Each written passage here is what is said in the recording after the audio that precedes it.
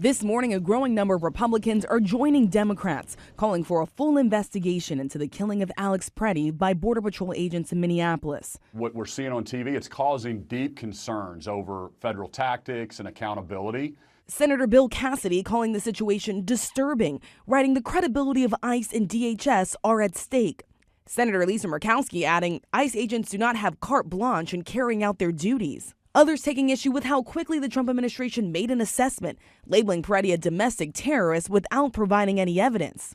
John Mitnick, who served in President Trump's first term and helped establish the Department of Homeland Security, criticizing the agency, saying, "I'm enraged and embarrassed by DHS's lawlessness, fascism, and cruelty." But top Trump officials continue to double down. FBI Director Kash Patel suggested it is illegal to bring a gun to a protest. You cannot bring a firearm loaded with multiple magazines to any sort of protest that you want. It's that simple. Overnight, President Trump telling the Wall Street Journal he doesn't like any shooting, adding, quote, "But I don't like it when somebody goes into a protest and he's got a very powerful, fully loaded gun with 2 magazines loaded up with bullets also. That doesn't play good either."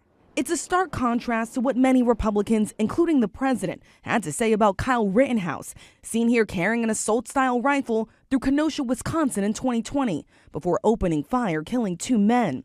He was acquitted on the charges. President Trump called him a very nice young man. Minnesota officials say Pretti was a lawful gun owner with a permit to carry, a right protected under the Second Amendment. Republican Congressman Thomas Massie posting, "Carrying a firearm is not a death sentence. It's a constitutionally protected God-given right." The NRA even speaking out, posting, "Responsible public voices should be awaiting a full investigation, not making generalizations and demonizing law-abiding citizens." The president's predecessors calling for it all to stop. Former President Barack Obama said the shooting should be a wake-up call to every American. And former President Bill Clinton stating, "At every turn, the people in charge have lied to us, told us not to believe what we've seen with our own eyes."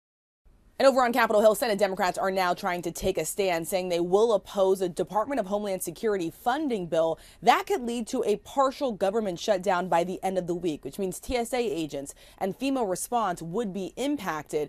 But regardless, it will do nothing to stop the $75 billion that Republicans have already passed and allocated toward funding ICE.